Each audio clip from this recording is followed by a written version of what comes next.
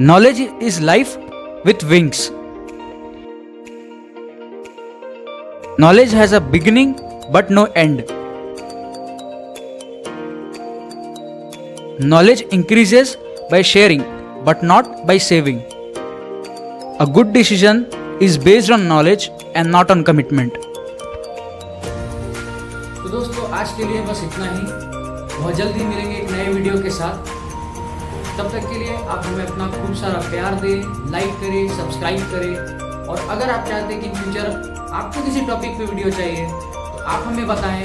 हमें नीचे दिए गए डिस्क्रिप्शन के लिंक पे इंस्टाग्राम का दिया हुआ है लिंक, आप उसे हमें डीएम कर सकते हैं या फिर यूट्यूब पे कमेंट कर सकते हैं अपनी टॉपिक। मैं आपके लिए उस पर वीडियो बनाऊंगा। तब तक के लिए गुड बाय।